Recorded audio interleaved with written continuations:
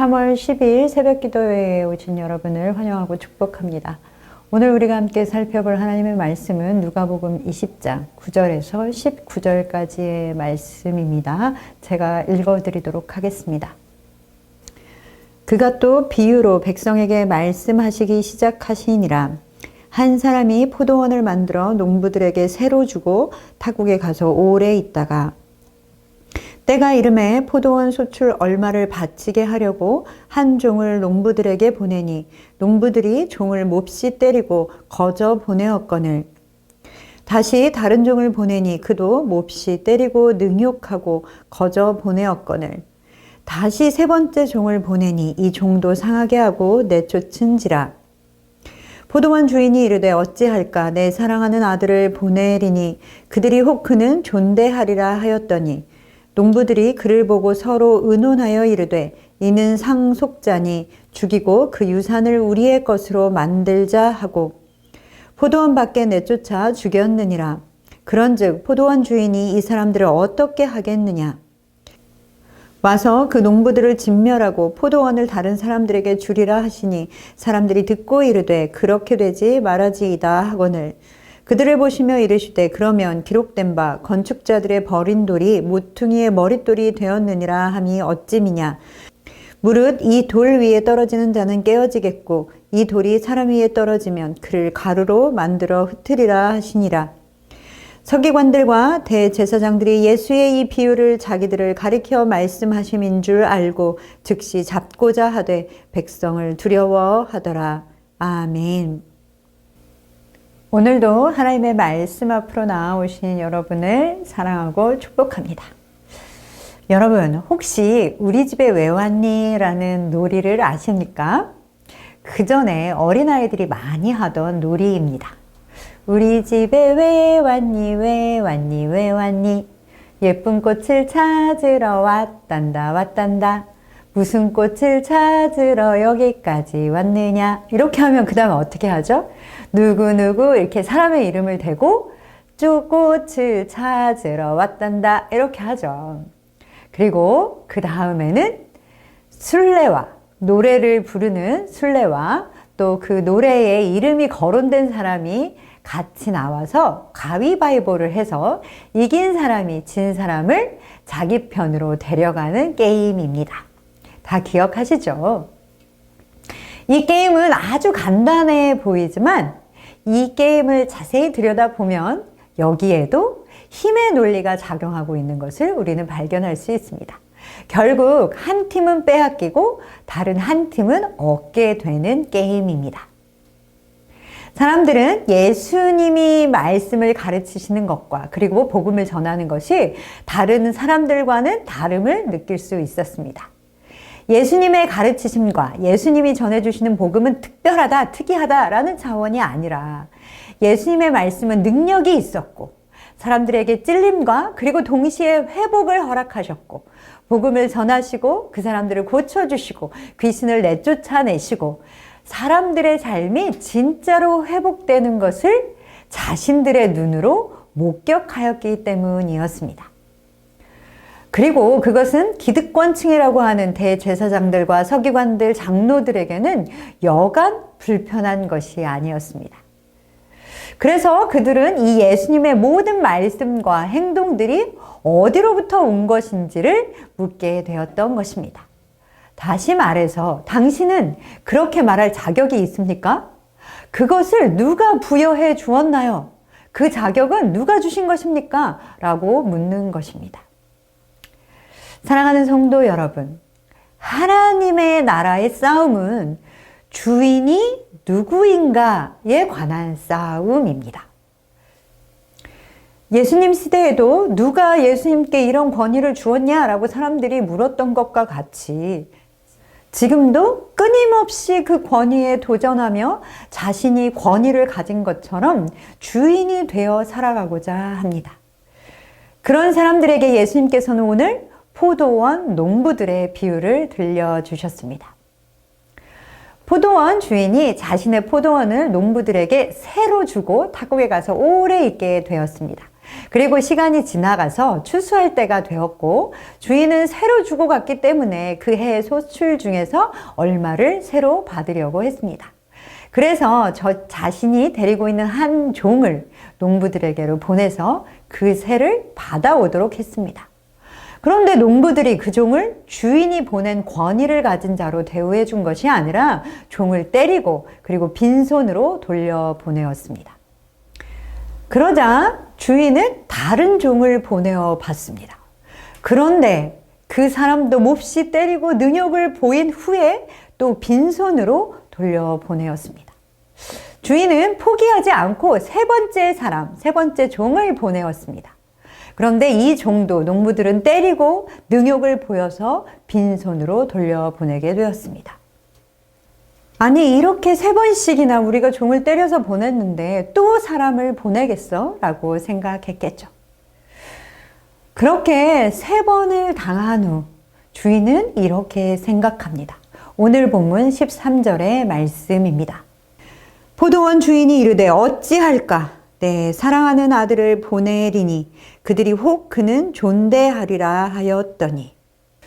여러분, 앞서 세 번의 종을 보내었는데 종에게 그런 행동을 했다는 것은 농부들은 그 종들을 제대로 합당한 대우를 해주지 않았을 뿐만 아니라 포도원 주인도 주인으로서의 권위를 인정하지 않았다라는 것입니다. 한 번도 아니고 세 번씩이나 다시 사람들을 보내었음에도 불구하고 이렇게 되었다면 여러분은 그 농부들에게 어떻게 하시겠습니까? 몹시 화가 났을 뿐만 아니라 마음이 많이 상하지 않았겠습니까? 바로 농부들을 해고시켜 버린다 해도 할 말이 없을 것입니다. 그런데 포도원 주인은 어찌할까? 내가 어떻게 해야 할까? 라며 마음 깊이 고민하면서 그래도 혹시 내 아들은 그 사람들이 존경해 줄지 모르지 라고 하면서 결국 자신의 사랑하는 아들을 보내기로 결정합니다. 3명의 종을 때려 보냈음에도 우리와 계약을 맺으신 하나님은 끝까지 포기하지 않으시고 또 사람을 보내는데 이제는 자신의 대리자이시며 사랑하는 아들이신 예수 그리스도를 우리에게 보내어 주셨습니다.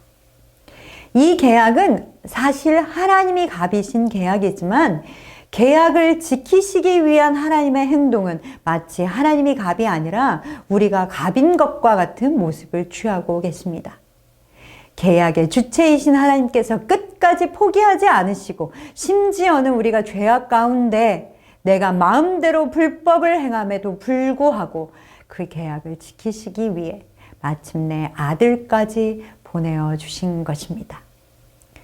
하나님의 신실하심과 하나님의 사랑이 우리에게 보여진 바 된 것입니다. 사랑하는 성도 여러분, 우리를 향하신 하나님의 사랑은 이런 사랑입니다. 이것이 바로 하나님의 신실하심입니다. 그리고 그 신실하신 하나님의 약속은 절대 불변하는 그런 약속입니다. 자, 그렇다면 여러분, 포도원의 농부들은 열심히 일을 했을까요? 일을 하지 않았을까요? 아마도 그들은 게으름을 피우지는 않았던 듯 싶습니다. 오히려 그들이 거둔 수확량은 많았던 것 같습니다. 그렇게 되자 농부들은 오만해지고 주인과의 계약을 무시하게 되었던 것입니다. 그리고 급기야는 이 오만해진 농부들은 주인의 사랑하는 아들마저 포도원 밖으로 쫓아내어 버리고 그리고 결국에는 죽여버렸습니다. 그 이유는 상속자를 죽여서 그 유산을 차지하고 싶었기 때문이었습니다. 즉, 그 포도원, 그 유산의 주인이 되고자 했던 것입니다. 그러자 이제 포도원의 주인은 더 이상 그 농부들을 참을 수 없어서 농부들을 진멸하고, 여기서 진멸이다, 진멸한다 라는 것은 그저 이 농부들을 해고해 버렸다 라는 것이 아닙니다. 그들을 다 없애버렸다 라는 것이죠. 그리고 포도원을 이제는 다시 다른 사람에게 거저 주었습니다. 이것이 바로 예수님께서 사람들에게 들려준 비유입니다. 포도원의 농부들은 오만하고 교만했을 뿐만 아니라 죄를 서슴지 않고 주인과의 계약은 지킬 생각도 없었고 마치 자신들이 포도원의 주인이 된 것처럼 착각했습니다. 사람들은 이 예수님이 들려준 비유를 들으면서 그런 일은 일어나면 안 되겠습니다 라고 이야기했습니다. 그러자 예수님께서는 그들에게 이 비유를 통해 예수님께서 정말 하시고 싶은 이야기가 무엇인지를 말씀해 주셨습니다. 예수님께서는 그들이 너무나 잘 알고 있는 구약의 말씀 시편 118편의 22절의 말씀을 인용해서 말씀해 주셨습니다. 오늘 본문 17절의 말씀입니다. 그들을 보시며 이르시되 그러면 기록된 바 건축자들의 버린 돌이 모퉁이의 머릿돌이 되었느니라 함이 어찌미냐. 여러분, 모퉁이의 머릿돌이라는 것은 그냥 우리가 많이 보는 언제 이 건물이 지어졌다라는 것을 새겨놓는 주춧돌이 아닙니다. 아치형 건물이나 다른 비슷한 건물에서 쐐기돌, 키스톤이라고 하는 것을 사용하고 있습니다. 즉, 이 돌은 전체 건물의 핵심적인 본질적인 요소입니다. 만약 그것이 없이는 건물이 세워지지도 그리고 지탱이 되지도 못하고 무너지게 되는 것입니다. 그렇기에 그 건물에서 가장 중요한 역할을 하는 것입니다. 포도원의 농부들이 주인의 아들을 내쫓아 죽이지 않았습니까? 그것이 바로 건축자들이 돌을 버린 것과 같은 것이며 그 버려진 돌이 바로 모퉁이의 머릿돌이 되었다라는 것입니다. 이 버린 돌은 바로 예수 그리스도를 의미합니다. 머릿돌이 될 돌을 알아보지 못하고 건축자들이 그 돌을 버렸죠. 그것과 같이 사람들은 예수님이 메시아이심을 알아보지 못했고 죽이려 했습니다. 그러나 하나님은 예수 그리스도를 하나님의 나라의 머릿돌로 삼으셨습니다. 그 버린 돌, 농부들이 죽인 주인의 아들 예수 그리스도는 부활하심으로 말미암아 하나님 나라의 본질이 되셨습니다. 그리고 이 돌은 또한 심판자가 될 것입니다. 오늘 본문 18절의 말씀에 보면 예수 그리스도를 배척하는 자는 심판을 받고 영원한 죽음에 이를 것이라 라고 말씀하고 있습니다.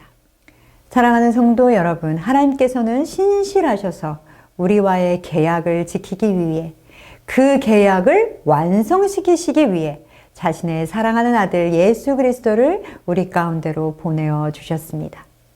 그리고 우리는 이제 포도원을 선물로 그냥 받은 사람들입니다. 그렇기에 맡기신 사람들에게는 당연히 하나님께 드려야 하는 삶의 열매가 있어야 하는 것입니다. 그러나 우리 마음 안에는 이 농부들과 같은 마음은 없으십니까? 또한 마치 내가 포도원의 주인이 된 것처럼 착각하고 살아가고 있지는 않으십니까?